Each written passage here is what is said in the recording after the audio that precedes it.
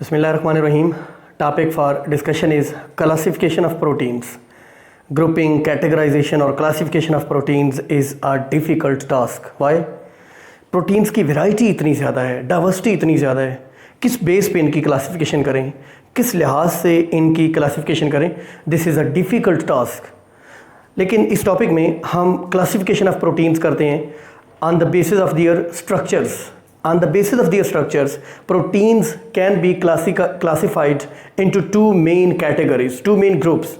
Number one of them are fibrous proteins and number two are globular proteins. As the names suggest, fibrous proteins are fibrous, thread-like, rod-like, helical, elongated, fibrils, in the form of fibrils. Fibrous proteins are in the form of fibrils, in the form of threads, right? Globular proteins, as the name suggests, these are globe-like. These are spherical proteins. These are ellipsoidal. Ellipsoidal means बेजवी, spherical mean कुरानुमा. ये गोल होती हैं. एक difference. दूसरा, ये जो fibrous proteins हैं, जो ज़्यादातर सेकेंडरी स्ट्रक्चर्स हैं, वो लाई करते हैं फाइब्रस स्ट्रक्चर्स में, फाइब्रस प्रोटीन्स में. यानी जो सेकेंडरी स्ट्रक्चर ऑफ प्रोटीन है, जो ज़्यादातर स्ट्रक्चरल प्रोटीन्स का होता है, वो सेकेंडरी स्ट्रक्चर होता है और वो फाइब्रस प्रोटीन्स होती हैं. ये जो टर्शरी स्ट्रक्चर है, जो ज़्यादातर फंक्शनल प्रोटीन्स हैं, वो टर्शरी स्ट्रक्चर रखती हैं और वो लाई करता है ग्लोब्यूलर स्ट्रक्चर में, ग्लोब्यूलर प्रोटीन्स की कैटेगरी में. ये जो स्ट्रक्चरल प्रोटीन्स हैं, ये जो फाइब्रस प्रोटीन्स हैं, these are insoluble in aqueous solutions. Means acidic solution, aqueous solution of bases, aqueous solution of salts or pure water solution, these are insoluble in them. Why? Because these are structural proteins, they make the structure of the body, so they are insoluble in water. उनको insoluble रहना है. अगर वो soluble हो जाए तो वो structure बरकरार नहीं रहेगा, वो dissolve हो जाएगा. These are soluble in aqueous solutions. जैसे enzymes हैं, hormones हैं, वो blood plasma में soluble होते हैं. They are soluble in aqueous solutions. Right जैसे कि मैंने कहा acid solution, bases solution, salt solution, these are the aqueous solutions. These are non crystalline, they do not make crystals. ये क्रिस्टल्स नहीं बनाती हैं, ये नॉन क्रिस्टलाइन है. But these can be crystallized. इनके क्रिस्टल्स बनाए जा सकते हैं, इनको सॉलिड स्टेट में कन्वर्ट किया जा सकता है. इनको चूँकि एक बड़ी इंपॉर्टेंट बात मैं यहाँ पे बता दूँ, वो चीज़ क्रिस्टल बना सकती है जो सोल्यूशन में डिज़ॉल्व होती है. जो चीज़ सोल्यूशन में डिज़ॉल्व ही नहीं होती, उसके क्रिस्टल्स नहीं बनाए जा सकते. रीज़न क्या है? आप केमिस्ट्री में क्रिस्टलाइजेशन प्रोसेस को पढ़ लीजिए, आपको समझ आ जाएगी.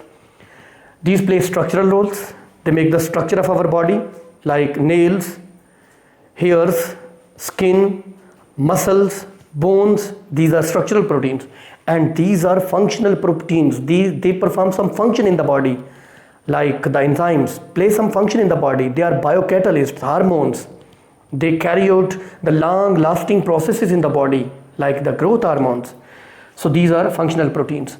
Do not denature easily. Structural proteins means the fibrous proteins do not denature easily with changing physical and physiological environment, temperature or the other pH change. ये easily denature और disorganize नहीं होती.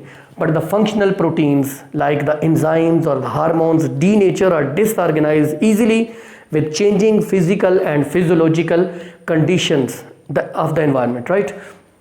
Examples देखिए फाइब्रस प्रोटीन्स की. Silk fibre, ये जो silk होता है, ये जो रेशमी धागा होता है, ये सिल्क वर्म से बनता है. ये सिल्क फाइबर एक फाइब्रस प्रोटीन है. मायोसिन और actin, troponin, tropomyosin, these are the structural proteins of the muscles. Collagen, structural protein of the bones and cartilage. इसके अलावा फाइब्रिन, जो कि फाइब्रिनोजन से बनती है. फाइब्रिनोजन की एक्टिव फॉर्म फाइब्रिन है, ब्लड क्लॉटिंग प्रोटीन. जब हमें कट लगता है, वाउंड लगता है, तो ब्लड को क्लॉट बनाने में यूज़ होती है फाइब्रिन. ये एक फाइब्रस प्रोटीन है. इसी तरीके से कैराटिन, हमारे नेल्स में, हमारे स्किन में, हमारे हेयर्स में पाई जाने वाली प्रोटीन कैराटिन एक स्ट्रक्चरल प्रोटीन है, एक फाइब्रस प्रोटीन है. Now look at the examples of globular proteins. Enzymes, which are the biocatalyst, they catalyze the chemical reactions in living organisms. These are the functional proteins. These are the globular proteins, have tertiary structures. Hormones, which are the secretions of endocrine glands, carried out to target area through blood circulations. These are tertiary structures. These are globular proteins. Next, antibodies. which are the immune system of the body, which play role in immune system, are the functional proteins, are the globular proteins. And finally, the hemoglobin, which have a quaternary structure, which is oxygen carrying protein in the blood, carries oxygen and other gases. This is also a globular protein. This is all about the classification of proteins.